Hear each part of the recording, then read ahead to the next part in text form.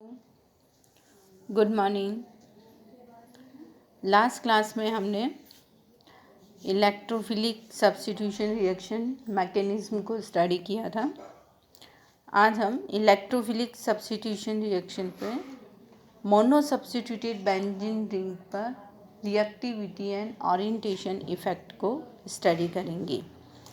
कोई भी benzene ring अगर मोनो सब्स्टिट्यूटेड पोजीशन में होती है तो उसकी रिएक्टिविटी और उस पर आने वाले इनकमिंग ग्रुप का ओरिएंटेशन जो है वो चेंज हो जाता है। इनकी ओरिएंटेशन और इनकी रिएक्टिविटी जो है वो बेंजीन रिंग पर ऑलरेडी प्रेजेंट सब्स्टिट्यूएंट ग्रुप के नेचर पर डिपेंड करती है।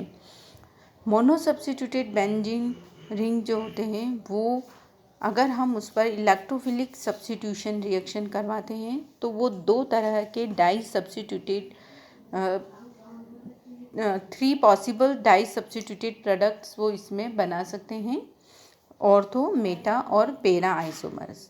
इन तीनों में से इन तीनों कंपाउंड्स को 2 कैटेगरीज में डिवाइड किया गया है। Either ortho para directing compounds बनते हैं या मेटा डायरेक्टिंग कंपाउंड्स प्रोडक्ट्स का फॉर्मेशन होता है। ये जो प्रोडक्ट फॉर्मेशन होता है ये इसकी रिएक्टिविटी और इसके ओरिएंटेशन सब्स्टिट्यूएंट ग्रुप की रिएक्टिविटी और उसके ओरिएंटेशन इफ़ेक्ट्स पर डिपेंड करता है कि बनने वाला प्रोडक्ट ऑर्थो, मेटा और पैरा कौन सा होगा। तो हम इसमें सबसे पहले स्टडी करते हैं रिंग की एक्टिविटी और डीएक्टिविटी। या हम कह सकते हैं कि रिंग मोनो सब्स्टिट्यूटेड रिंग जो होती है कब वो मोर रिएक्टिव होती है और कब लेस रिएक्टिव होती है। तो हम इसकी एक्टिविटी को स्टडी करते हैं। एक्टिविटी और डीएक्टिविटी टर्म से मतलब है कि जब मोनो सब्स्टिट्यूटेड बेंजीन रिंग है तो वो जो बेंजीन रिंग है उस पर जब आउटसाइडर से कोई सब्स्टिट्यूएंट ग्रुप उस पर अटैक करता है तो उस अटैकिंग रीजन के लिए वो रिंग या तो एक्टिव हो जाती है या उसके लिए वो अपना डीएक्टिवेटिंग इफ़ेक्ट शो करती है।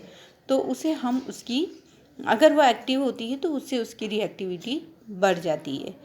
अब इसकी रिएक्टिविटी को समझने के लिए हम मोनो सब्स्टिट्यूटेड बेंजीन कंपाउंड को बेंजीन कंपाउंड के साथ कंपेयर करते हैं सेम कंडीशंस में। ठीक है, अब इसमें हम सबसे पहले लेते हैं कि अगर अटैकिंग रिएजेंट्स जो है वो इलेक्ट्रॉन रिलीजिंग ग्रुप है, प्लस आई इफ़ेक्ट है, तो जो प्लस आई इफ़ेक्ट वाले ग्रुप होते हैं वो रिंग में अपने इलेक्ट्रॉन्स देते हैं। जब रिंग में उनके इलेक्ट्रॉन्स जाते हैं तो इलेक्ट्रोफाइल की अटैक की वजह से बढ़ने वाला पॉजिटिव चार्ज जो होता है उसे हम जिसे एरेनियम आयन कहते हैं या सिग्मा कॉम्प्लेक्स कहते हैं, उस चार्ज को प्लस आई इफ़ेक्ट्स के ग्रुप जो होते हैं वो उसे स्टेबलाइज करने की कोशिश करते हैं, क्योंकि वो रिंग में इलेक्ट्रॉन्स देते हैं और रिंग में बनने वाले कार्बोकेटाइन को वो न्यूट्रल करने की कोशिश करते हैं, जिससे रिंग की जो एक्टिवेशन एनर्जी है वो लो हो जाती है और वो स्टेप जो होती है वो रेट डिटरमाइनिंग स्टेप होती है। तो रेट डिटरमाइनिंग स्टेप में उनकी एक्टिवेशन एनर्जी जो है वो लो हो जाती है। इसका मतलब ये होता है कि बेंजीन रिंग पर जो भी सब्स्टिट्यूट ग्रुप अगर प्लस आई इफ़ेक्ट वाला ग्रुप प्रेजेंट है तो वो बेंजीन रिंग की रिएक्टिविटी को बढ़ा देता है। अगर उस पर कोई माइनस आई इफ़ेक्ट वाला ग्रुप अटैच है, जैसे कि इलेक्ट्रॉन विड्रॉइंग ग्रुप अगर उस पर जुड़ा हुआ है तो इलेक्ट्रॉन विड्रॉइंग ग्रुप जो होता है वो रिंग में इलेक्ट्रॉन देता है। जब वो रिंग में इलेक्ट्रॉन देता है तो वो रिंग से इलेक्ट्रॉन अपनी तरफ अट्रैक्ट करता है। तो उसकी वजह से जब जो रिंग में इलेक्ट्रोफाइल की वजह से जो कार्बोकेटाइन का फॉर्मेशन हुआ है जिसे हम एरेनियम आयन कहते हैं, उसमें जो केटाइन बना है वो माइनस आई इफ़ेक्ट ग्रुप की वजह से और ज़्यादा डिस्टेबलाइज हो जाता है, क्योंकि इलेक्ट्रॉन विड्रॉइंग ग्रुप जो होते हैं वो रिंग से इलेक्ट्रॉन को अपनी तरफ अट्रैक्ट करने लगते हैं। तो उस पर ऑलरेडी प्रेजेंट केटायन जो होता है वो और ज़्यादा डीस्टेबलाइज्ड हो जाता है, जिससे रिंग की रिएक्टिविटी कम हो जाती है। इसका मतलब ये होता है कि उसकी जो रेट डिटरमाइनिंग स्टेप है उसमें उसकी एक्टिवेशन एनर्जी बढ़ जाती है, और उसकी रेट डिटरमाइनिंग स्टेप में जब उसकी एक्टिवेशन एनर्जी बढ़ जाती है, इसका मतलब उसकी रिएक्टिविटी कम हो जाती है। तो जो मोनो सब्स्टिट्यूटेड कंपाउंड होते हैं वो -I ग्रुप की वजह से इलेक्ट्रोफिलिक सब्स्टिट्यूशन रिएक्शन को रोकने की कोशिश करते हैं। तो ऐसे ग्रुप को हम डीएक्टिवेटिंग ग्रुप कहते हैं। इट मीन्स हम ओवरऑल इसमें हम ये कह सकते हैं कि इस तरह से हम रिंग की रिएक्टिविटी को 2 कैटेगरीज में डिवाइड कर सकते हैं। मोनो सब्स्टिट्यूटेड बेंजीन पर अटैक करने वाला इलेक्ट्रोफाइल मोनो सब्स्टिट्यूटेड बेंजीन पर प्रेजेंट ग्रुप +I और -I दोनों में से किसी भी तरीके का हो सकता है।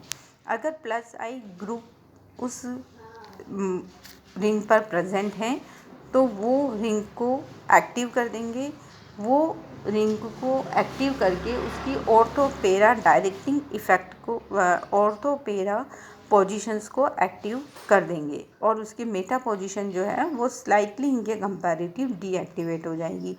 इसी तरह से अगर मोनो सब्स्टिट्यूटेड कंपाउंड में -I ग्रुप प्रेजेंट है तो वो उसकी ऑर्थो-पैरा पोजीशन को स्लाइटली डीएक्टिवेट कर देंगे, और उसकी जो मेटा पोजीशन होगी वो उनके कंपैरेटिव एक्टिव हो जाएगी। तो -I ग्रुप जो होते हैं वो मेटा पोजीशन को एक्टिवेट करते हैं, और +I ग्रुप जो होते हैं वो ऑर्थो और पैरा पोजीशंस को एक्टिव करते हैं।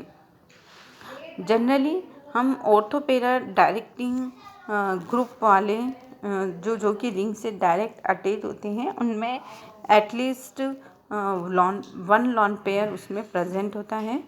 अगर इनमें जो है लॉन पेयर वाले ग्रुप से होते हैं वो इसमें एक्सेप्शनल केस होते हैं एल्यूल कंपाउंड्स के लिए, और एल्किल कंपाउंड्स के लिए वो एक्सेप्शनली उसमें बिहेव करते हैं। तो इस तरह से हम इनकी रिएक्टिविटी को मेटा और ऑर्थो पैरा ग्रुप के अकॉर्डिंग एक्सप्लेन कर सकते हैं।